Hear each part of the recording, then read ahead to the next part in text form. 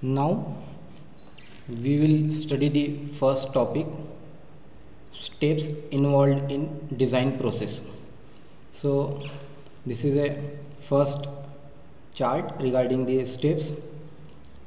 I want to tell you one thing before that. These steps are for a system design. These steps are not for an individual component. So take an example. Suppose you have to design a gearbox or a centrifugal pump. So for that these steps are used. This design process is used. This is a general process. This could be applied to any product, but this is for a complete system design. Just remember that this is for a complete system design. This is not for individual component. For individual component such as nut, bolt, bearing, gear, that process is different, and I am going to tell you that process after this. So this is process for system design. So any design process starts with a market survey. Why there should be a market survey? A market survey helps a designer to identify the need.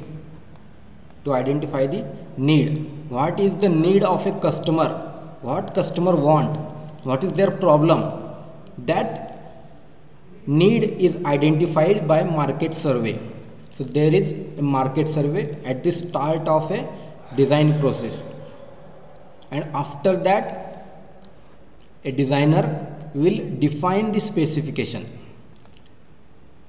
This specifications means the characteristics of a product. Suppose a designer has done a market survey and he has identified a need, that there is need for a engine or a scooty. Suppose we take an example of a scooter.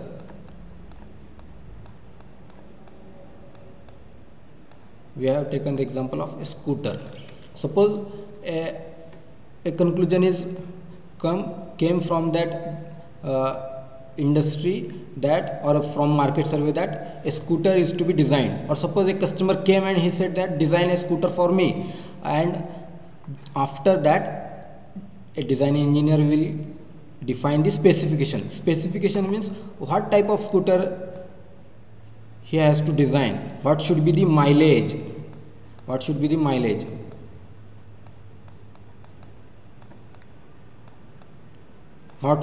color, what should be the capacity means load carrying capacity, how much load that scooter can take, capacity, what should be the power, what should be the torque rating. So all these specifications are decided before starting a design.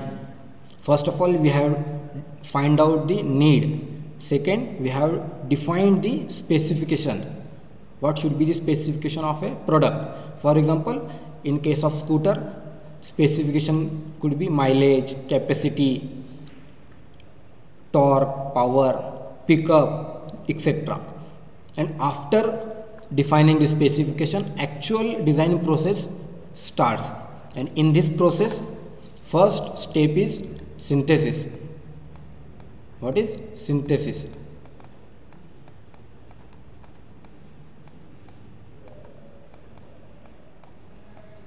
Synthesis is nothing but study of different mechanism or different solution for a particular problem.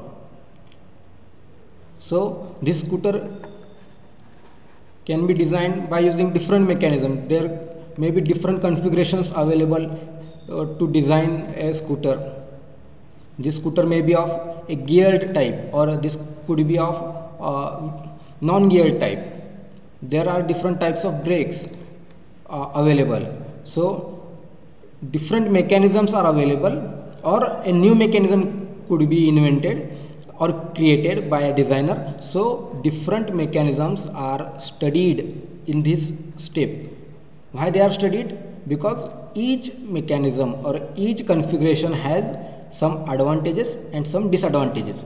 So engineer or a design engineer will study different or alternate mechanisms, and he will decide a proper mechanism suitable for this need or for this specification. For our specification, which mechanism is best, that we are going to decide in this step. This is synthesis steps. So in this step, one mechanism is selected from the number of mechanisms, and after that we move on to the next step. This is analysis step. Analysis.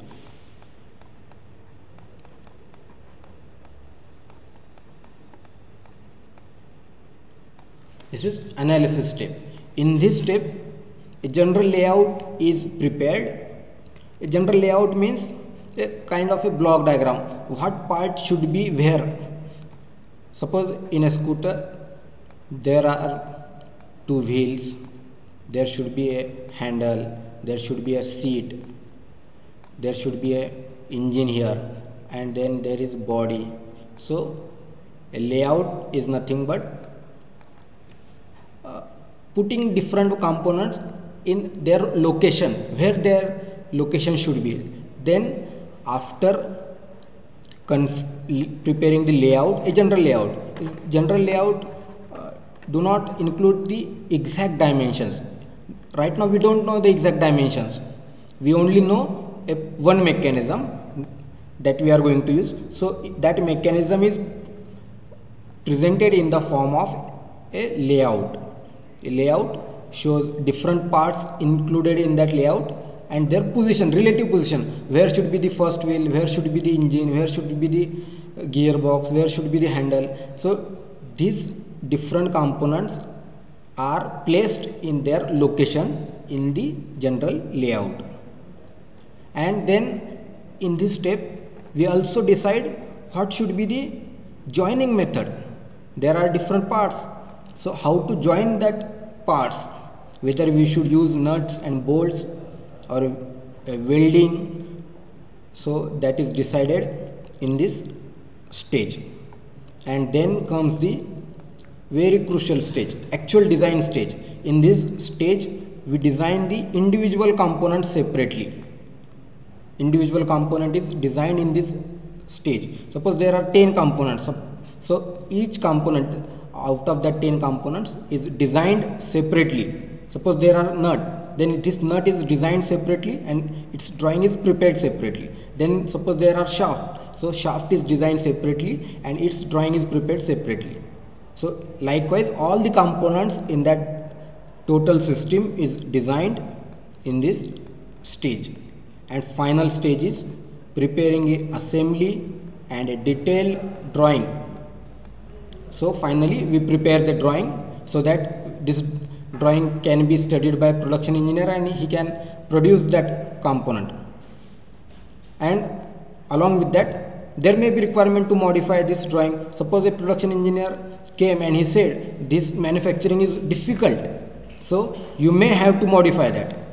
Okay, so this design process goes through many iterations. In first iteration you have designed, you have submitted, then production engineer came and said no, this is very difficult to design, difficult to manufacture, so you have to modify your layout or you have to modify your design of individual component. And after modifying you test a prototype model, and if prototype model works then you can start manufacturing at a mass level or a large scale production can be done. So this is the general process, and this process goes through many iterations. There are some failure, then we solve that problem and again we came to solution. So this is the process for a system design. Now we will see the process to design an individual component. Previously we have seen there is one step which says design of individual component. So how to design that individual component? So first step is specify the function of element. Suppose we are going to design a shaft. So what is the function of that shaft? So this shaft is used for transmitting power from one element to other element. Suppose we have to transmit power from engine to the gearbox. So then we have to decide that function. What is the function? Suppose we are designing a bearing. What is the function of that bearing? To reduce the friction, to support that element. So we have to decide that in the first step. Then determine the forces acting on that element. What forces are acting on that element? In shaft there is a torque applied to that shaft. So what is the value of that torque? Suppose there is any bending moment, then what is the value of that bending moment? That is decided in this step. Then third step, select suitable material for element. What material should be used for that shaft? So we can use plain carbon steel, we can use alloy steel, we can use other non-ferrous metals. So what material should be used? That is decided depending upon the strength, rigidity and other factors that we are going to study later, how to select a proper material. Okay, this is the third step. Then there comes a step, determine the failure mode. This shaft can fail in different mode. So we have to determine which mode is prominent in this case, whether it is yielding, whether it is fracturing, or whether its deformation is large. So we have to decide which failure mode is occurring, and we are going to study this failure mode in detail in next chapter. So this is the fourth step, and after deciding that, we are going to decide the geometric dimensions. Depending upon the failure mode, different forces, we are going to decide the dimension. What should be the diameter, what should be the length, thickness, etc., whatever may be the case. So we are going to decide that dimensions, and finally after deciding the dimensions, we are going to prepare an assembly drawing and a part drawing. We are going to modify the dimensions for assembly, and after modifying we are going to prepare a working drawing, and we will hand over this working drawing to the production engineer, and production engineer will produce that component depending on the drawing. And he may come and say that there are some problems in that design, so we have to modify it. And after modifying, this process goes on till the final prototype model is prepared. So this is a general procedure to design an element, and previously we have seen the process for a complete system design.